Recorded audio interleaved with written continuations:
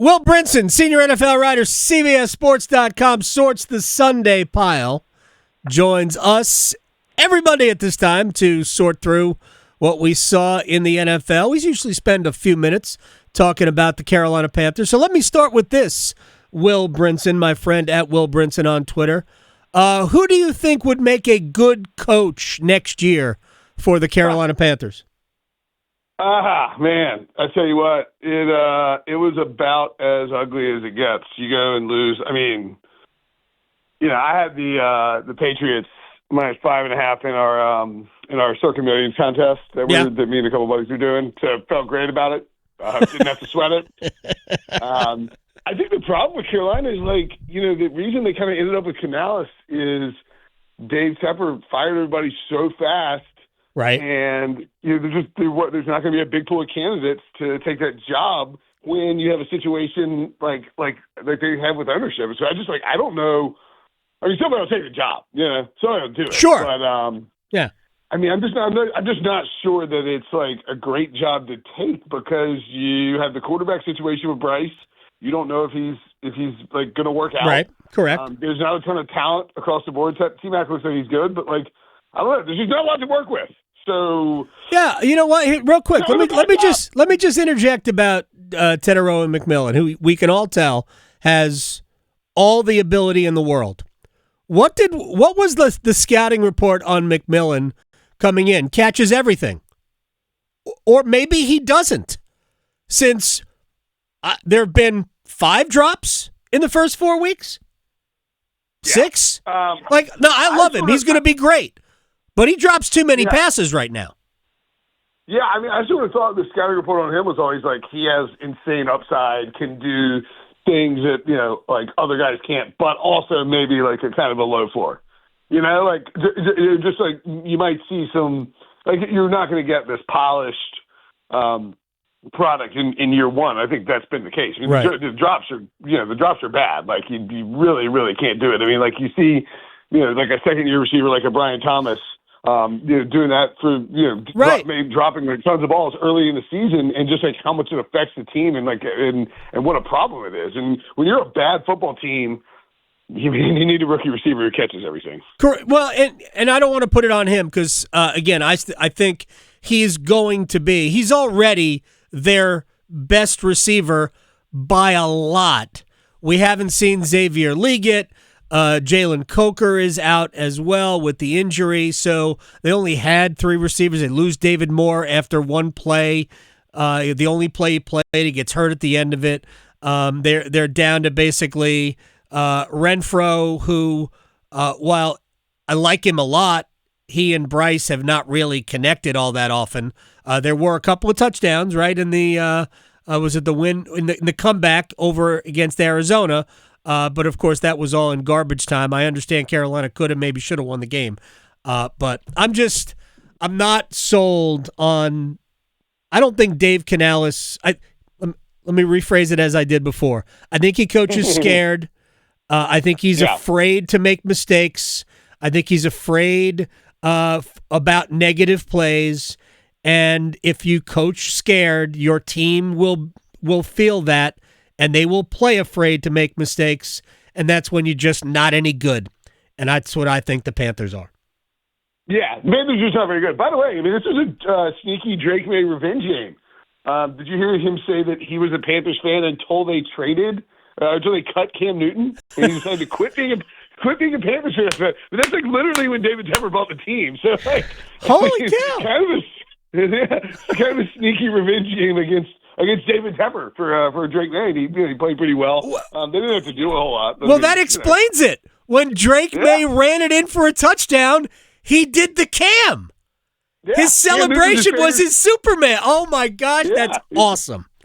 Yeah, but I forgot about that because when Drake May said on WEEI, I think, so he was like, I was a Panthers fan. Then they cut Cam. I was like, all right, I'm cutting the Panthers out of my life, which, pretty good timing by him, if we're being honest. No, I'm even more of a Drake May fan than I was before hearing all of that. All right, so let's move on to other teams. Are the Lions the best team in football?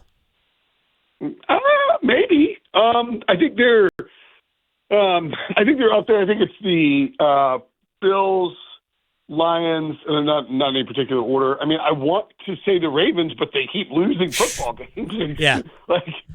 Keep losing football games, but they have consistently given up a ton of points.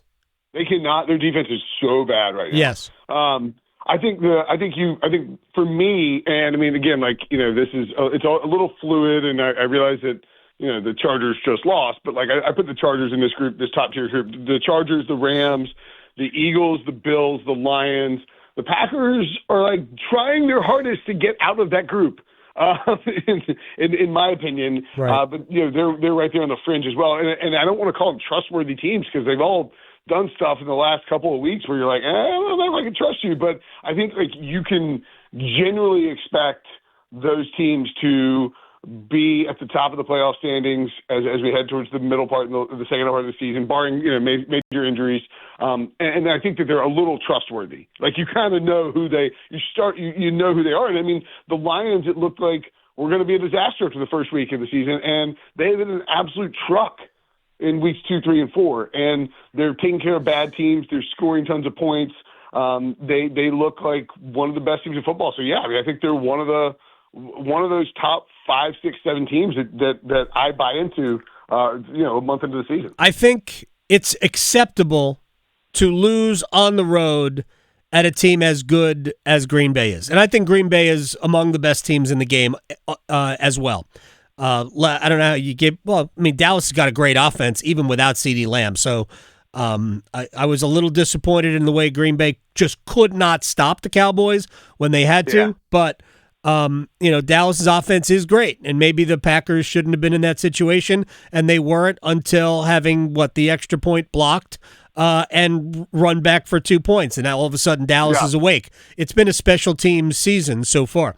Especially blocked kicks. The Packers and the Chargers, pardon the pun, were the stinky cheese this week for me. Yeah. They were both -6.5 on the road. And we were going through trying to make our picks. I was like, I think those are going to be popular, and the lines stink, and I don't want to take them. And sure enough, I mean, because it looks like a layup. You're like, I mean, Green Bay's going to win by 7 points. It didn't look like a layup to me. I would have stayed away with both for survivor pools. You know me, I would never take a team on the road unless I had no other options. Yeah. I mean, it was so I stayed away from that. We survived with the Bills who didn't cover the 15.5, but they don't have to cover. You just have to win the game in most survivor pools. So I don't think the Lions give them a demerit because they lost against Green Bay, right? Loss against a really good defense on the road, and the offense.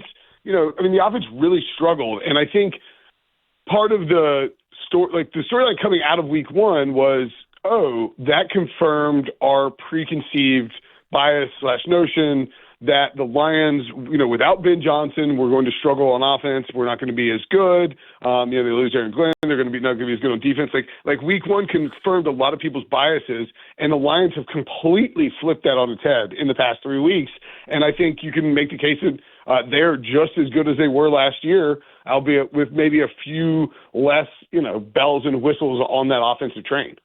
I probably shouldn't overlook the Philadelphia Eagles, Will Brinson, since they did have a 31-13 lead before, in some ways, just kind of hanging on against the Buccaneers. But they do what is necessary to win. Mm-hmm. They should have lost the previous week, but that's fine. That's why I joked that they reminded me of last year's Chiefs, who should have absorbed a couple more losses along the way, but because they're the Chiefs, and the Patriots would win games that they probably didn't deserve to win when they were in their heyday, and maybe the Eagles will get the benefit of the doubt. But I mean, to win in Tampa against a good team the way they did is impressive stuff. Let me ask you though about, because we already mentioned the Ravens. The Chiefs get Xavier Worthy back, and is it as simple as long as Mahomes has a weapon, then they're dangerous. Yeah, I think it might be because that defense for Kansas City is really good. Yes, like the defense has played well all season long. It's just been the offense, which is I think what makes the Chiefs so confounding, right? Because we've seen a really since he had his first start in week 17, I guess, of his rookie season. Mahomes played pretty well against the Broncos, and then it was just just a plane taking off, and it's just been at cruising altitude ever since. Now, I mean, they've had some down seasons in recent years, but maybe not as explosive offensively. And down seasons have just been on offense. Right. I think this year. Just the lack of weapons. Like Travis Kelce is older. Worthy gets hurt on the first play and or the third play from scrimmage in week one, and he misses time. I mean, Tyquan Thornton's been their number one receiver, and Hollywood Brown. He just needs weapons, and I think that is the case. And I would say that once Rashee Rice gets back, this offense can look like what we thought it might really look like, and I wouldn't be shocked at all if the Chiefs kind of put up a lot of points once he gets back because he does so much underneath that opens everything up. And now, because Thornton played so well, they kind of have a couple of weapons all of a sudden. Yes. And I think that was you can't go to 1-3. I guess the Ravens, somebody had to, but the Chiefs winning that game was even more important, I think, for them than the Ravens, just because that division with the Chargers.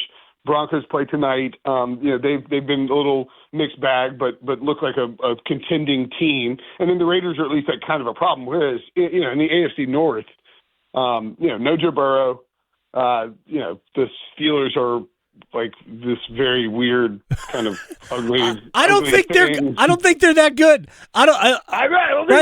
I want the Steelers to be good. I like the Steelers, right? But I don't think they're that good. But if Lamar Jackson is going to miss any significant time, they pulled him from the game with a hamstring strain. We don't know the extent of that. If he can't go this weekend, or if that hamstring is something that keeps him out a couple of weeks, man, this is the time for the Steelers to really put their foot down on the division. So the current divisional standings. I just looked at the odds, which I think it's kind of amusing. The Ravens are 1-3, right? Yes, they're tied with Cleveland in the basement. Pittsburgh is 3-1. What do you think? Who do you think is the favorite to win the division? The Ravens. Do you know what the number is? They have to still be minus money, probably minus 200. Minus 200 is the exact number. Yeah. That is insane. They're 1-3, and Lamar Jackson might be hurt, and they're still minus 200 to win the division. That's how ugly it is in the AFC North this year. That's been a division in years past where we're like, man, that's four really good teams. I mean, it might sneakily if Lamar misses time and Burrow's out, and you have this kind of just ugly Steelers team, and then the Browns are just bad. Yeah, I mean, you could see Baltimore win that division with 9 wins. Yeah, I think the Steelers. I think the Steelers are going to win a couple of games that they couldn't win a year ago with Fields and Wilson, and Rodgers will get them to, I think, minimum 10, maybe 11 wins, because they'll to be honest, they should have lost to the Jets. Yeah. Should have lost to the Jets. Rodgers made plays down the stretch. He wasn't awesome, but he only has to be awesome enough. And I think that we've already seen it, where he's good enough. He makes plays at ends of games that he wasn't making earlier in games because he has that muscle memory. And he doesn't have to be great all the time because the defense usually is. That's why I don't think they're great, and I don't think they'll necessarily win a playoff game. But right now, Baltimore is 2 games behind them. They'll probably need to sweep Pittsburgh to make the playoffs for sure. Yeah. For sure. And to the Lamar point, if Lamar's hamstring is a thing that lingers for the Ravens over the course of the season, that's just how you end up with a lost season. Because I mean, this is obviously multiple MVP winner, superstar, incredible athlete, but hamstring injury for Lamar Jackson feels like, for anybody, hamstring injury is bad. But for Lamar in particular, just because of how he can win and how he can beat you, that feels like, in an even worse situation for a Baltimore team that, really has to figure something out on defense. Like this, it's the injuries, I understand, are a problem, but like they cannot stop anybody. They've given up 30 points every game. Yeah, it's unbelievable. I grew up. It's funny because I was a full-blown adult when the Ravens came into existence. But the Ravens Ravens have always had elite defenses, and now they cannot stop traffic. So, hey, that's the modern National Football League. Will Brinson, senior NFL writer, CBSSports.com, my friend. I appreciate your time. We will chat again in a week. All right, buddy. Talk to you next week. You got it, man.